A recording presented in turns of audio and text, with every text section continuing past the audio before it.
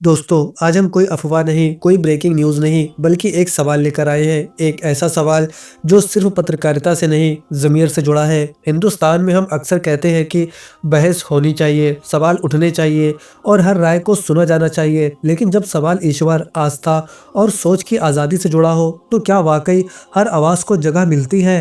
Lallan top, जिसे आप में से बहुत लोग सालों से देखते आए हैं, उसी मंच के सबसे सीनियर चेहरों में से एक सौरभ द्विवेदी आज उस संस्थान का हिस्सा नहीं रहे। वजह क्या है?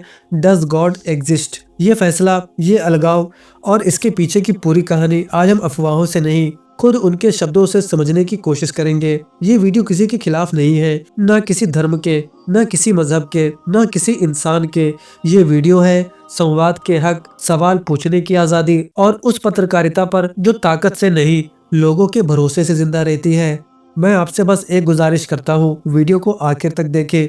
अब आप सुनिए सौरभ द्विवेदी का वो बयान जो उन्होंने लल्लन टॉप छोड़ने के बाद खुद अपनी जुबान में दिया। साथियों, लल्लन टॉप में हमने हजारों शो किए, लेकिन एक शो ऐसा था जिसने मेरी बुनियाद हिला दी। Does God exist? मुझे लगा कि इस मुल्क में जहां धर्म और आस्था पर इतनी बहस होती है, वहां क्यों ना एक संजीदा चर्चा की जाए। मैंने दो ऐसे विद्वानों को बुलाया जो एक ही धर्म से ताल्लुक रखते थे, जावेद अख्तर साहब और मुफ्ती शमाइल नदवी जी। मेरा मकसद साफ था, तर्क और आस्था के बीच की उस महीन लकीर को समझना।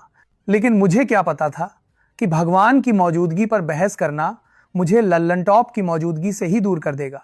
शो तो हिट रहा, लोगों ने चर्चा भी की, लेकिन इसकी गूंज इंडिया टुडे के गलियारों में कुछ अलग तरह से सुनाई दी। मुझे महसूस होने लगा कि संस्थान के शीर्ष नेतृत्व, मैनेजमेंट को यह चर्चा रास नहीं आई। उस चर्चा के बाद जब सन्नाटा पसरा तो मैंने खुद को भी कटघरे में खड़ा किया। मुझे लगा कि शायद ये मेरी गलती हो सकती है, क्योंकि उस बहस के अखाड़े में मुझे दूसरे पक्ष को भी पूरी मजबूती से रखना चाहिए था। लेकिन साथियों, एहसास और समय की पटरी अक्सर मेल नहीं खाती। जब तक समझ आता कि संतुलन कहां बिगड़ा है, तब तक बहुत देर हो चुकी थी। कमान से तीर निकल चुका था और रिश्तों की डोर में गांठ पड़ चुकी थी। संवाद के दरवाजे धीरे धीरे बंद होने लगे। वो नजरें जो कभी सराहना से भरी होती थीं, उनमें एक अजीब सी खामोशी और दूरी आ गई। मेरे लिए पत्रकारिता सिर्फ एक नौकरी नहीं है, ये एक रिश्ता है। और मेरा मानना है कि आप जिस घर में रह रहे हैं, अगर उस घर के बड़े ही आपसे बात करना बंद कर दें, अगर वही आपको नापसंद करने लगें, तो फिर वहां बने रहने का कोई मतलब नहीं रह जाता। स्वाभिमान और संस्थान के प्रति वफादारी के बीच जब संघर्ष हुआ, तो मैंने अपने स्वाभिमान को चुना। मैंने तय किया कि अब फिर से कुछ पढ़ा जाए, कुछ नया लिखा जाए और फिर से अपनों के बीच उतरा जाए। मैंने सोचा कि चलो फिर से विद्यार्थी बना जाए, फिर से जमीन पर उतरा जाए, फिर से उन आंखों में झांका जाए जिन्हें अक्सर मुख्यधारा की मीडिया अनदेखा कर देती है।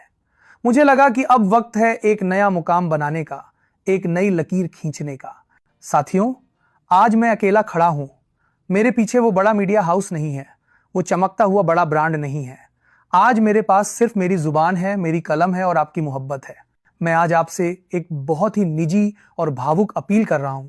इस वीडियो को आज आप इतना साझा करिए, इतना लाइक करिए कि ये हर उस शख्स तक पहुंचे जिसने कभी न कभी लल्लन टॉप को प्यार दिया है।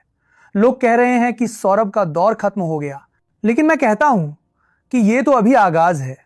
आपका एक लाइक, आपका एक सब्सक्राइब आज मेरे लिए किसी बड़ी कंपनी के फंड से 1000 गुना ज्यादा कीमती है।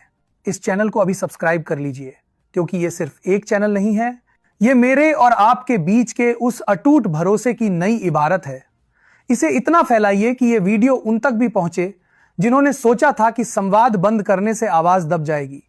उन्हें पता चलना चाहिए कि नेटवर्क कंपनी से नहीं, लोगों के दिल से बनता है। साथियों, आज सिर्फ मैं नहीं बोलूंगा, आज मैं चाहता हूं कि आप भी बोलें।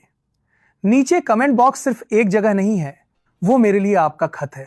आप वहां लिखिए कि पिछले 10 सालों में हमारा कौन सा किस्सा और कौन सी रिपोर्ट आपके दिल के सबसे करीब रही। आपके शब्द ही मेरा हौसला बनेंगे। तो लिखिए अपनी यादें, अपनी शिकायतें और अपना प्यार। मैं खुद एक एक कमेंट पढ़ूंगा, क्योंकि आज मुझे आपके नेटवर्क की सबसे ज्यादा जरूरत है। जाने से पहले बस इतना ही कहूंगा, पत्रकारिता आएगी और जाएगी, लेकिन ये जो हमारी और आपकी मोहब्बत है, ये लल्लन टॉप बनी रहनी चाहिए। इस नई यात्रा में मेरा साथ दीजिए। मैं फिर आऊंगा, नए किस्सों के साथ, नई ऊर्जा के साथ। अपना बहुत ख्याल रखिएगा।